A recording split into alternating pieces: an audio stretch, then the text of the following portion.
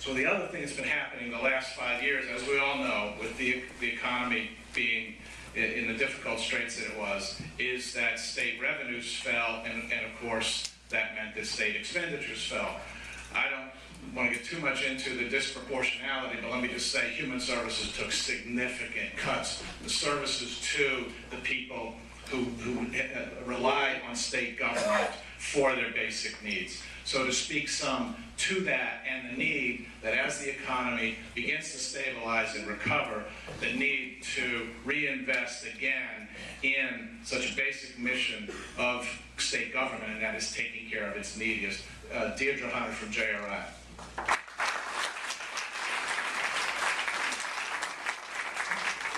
Hello everyone, you look yellow.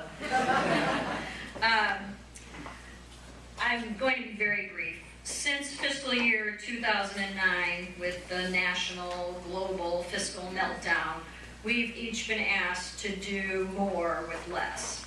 Each of us personally, at home and at our jobs, where we, if we're employed, feel very grateful to still be employed, we have been asked to do more with less.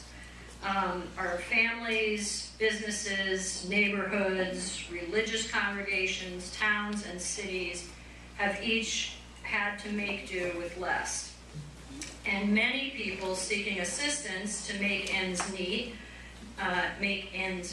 or to survive, have been turned away with less or with nothing because of these cuts.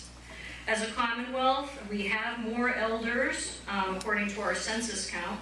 We have children in need, we have adolescents in need, we have people with disabilities in need, workers in need, citizens in need, and we have been given less to support those needs.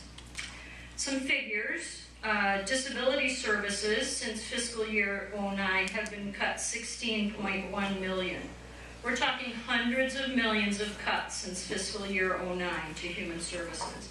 DCF cut over $100 million, some of that replaced with community-based services, but many voluntary and preventive services damaged. Mental health cuts over $52 million. Substance abuse, $2 million cut just for jail diversion. Chronic homelessness supports, $2.2 million in cuts. Elder services, $26.9 million in cuts. $3.6 million in services for people at risk with domestic violence, cut. Early education, $104.3 million, cut. Restorative dental care, cut $56 million.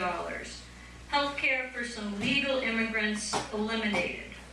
Chapter 70 education aid, $440 million. Reimbursement to mass health providers, $613 million. Health promotion, disease prevention, smoking prevention and cessation, family health, school health, teen pregnancy, cut, cut, cut, cut. We know our Commonwealth has been eroded. We know our common safety nets have been frayed or eliminated, and the Commonwealth has been damaged. And when we even consider talking about restoration, we're told it's preposterous. Those were the good old days, and they're gone forever. And I think all the time, well, how do we navigate in these kind of waters? Who do we choose to leave behind? Who fends for themselves? And why can't we envision and plan for a future that funds life-saving, preventive, care, and rehabilitative services? Why can't we at least talk about restoration? I challenge us to pay human service workers a fair wage. I challenge you, I challenge myself to face the future with hope, to plan for a future that restores the funding cuts from vital services. Thank you.